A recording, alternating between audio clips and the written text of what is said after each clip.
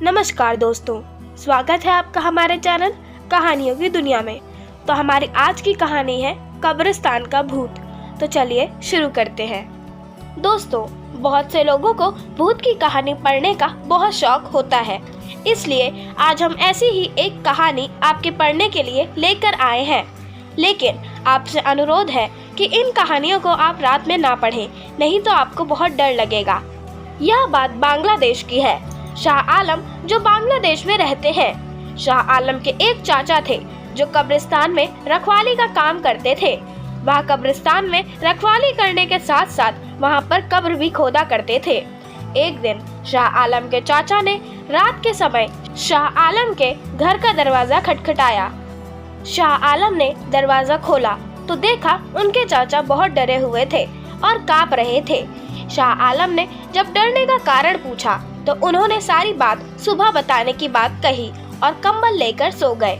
सुबह होने पर उन्होंने बताया कि पिछली शाम जब वह कब्रिस्तान में एक कब्र खोद रहे थे तो पास की कब्र के जमीन के नीचे से बड़ी ही अजीब आवाज आने लगी, जैसे कोई कुछ खा रहा हो। और कुछ समय बाद उस जगह की मिट्टी अपने आप ही जमीन में धंसने लगी। यह देखकर वह बहुत डर गए और पीछे हट गए। तभी उस जमीन में से एक अजीब सा शैतान निकला जो देखने में बहुत भयानक और इंसान के आकार से बहुत बड़ा था, जिसके बड़े बड़े दांत थे जिनमें खून लगा हुआ था।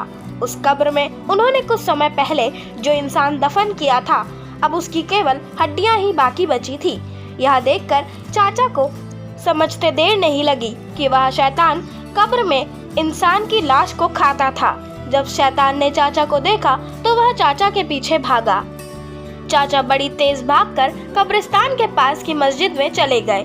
कुछ देर बाद जब मस्जिद में मौलवी आए तो उन्होंने चाचा के ऊपर मंत्र फूंककर एक ताबीज दिया। मस्जिद से निकलकर सीधे वह शाह आलम के घर आए थे। इस घटना के बाद चाचा डरे रहने लगे और अब वह कब्रिस्तान की रखवाली करने वाले कमरे में कभी भी अकेले नहीं सोते थे। अब उनके साथ 1 से 2 मौलवी भी साथ सोते थे। एक रात को जब चाचा सो रहे थे तो फावड़े की आवाज आने लगी, जैसे कोई फावड़े से मिट्टी खोद रहा हो। फावड़ा चलाने का काम तो केवल चाचा ही करते थे, तो उन्होंने कमरे की खिड़की के बाहर कब्रिस्तान की तरफ देखा। वहां पर उन्हें फावड़ा अपने आप चलता दिखाई दिया और कोई भी वहां नहीं था। यह देखकर चाचा बहुत हैरान हो गए और जोर से चिल्लाए, कौन है वहां? तब तक कमरे में सोए 2 और मौलवी भी जग चुके थे।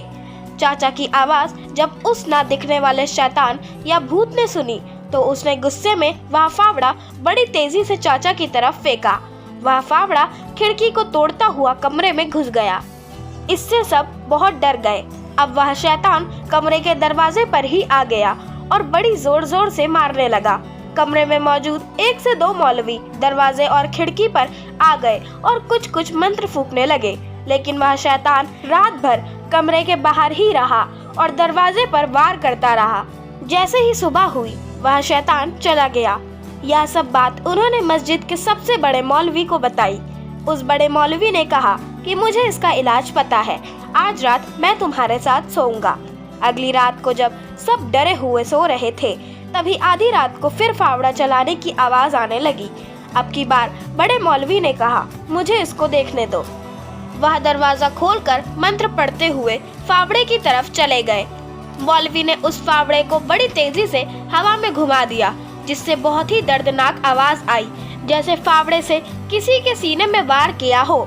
मौलवी ने इसके बाद इशारे से सबको वहां आने को कहा। उन्होंने चाचा को एक बड़ा गड्ढा खोदने को कहा। उन्होंने बताया कि वह शैतान जो दिखाई नहीं दे रहा है वह अब मर चुका है और फावड़ा उसके सीने में लगा है। इसके बाद उस शैतान को बड़े मौलवी के कहे अनुसार फावड़े के साथ ही दफना दिया गया। इस घटना के बाद यह बात चारों तरफ आग की तरह फैल गई और उस कब्रिस्तान को बंद कर दिया गया। आशा करती हूँ आपको हमारी आज की कहानी पसंद आई होगी। अगर आपको हमारी आज की कहानी पसंद आई हो तो चैनल को सब्सक्राइब करें, वीडियो को लाइक करें और बेल आइकन दबाना ना भूलें। धन्यवाद।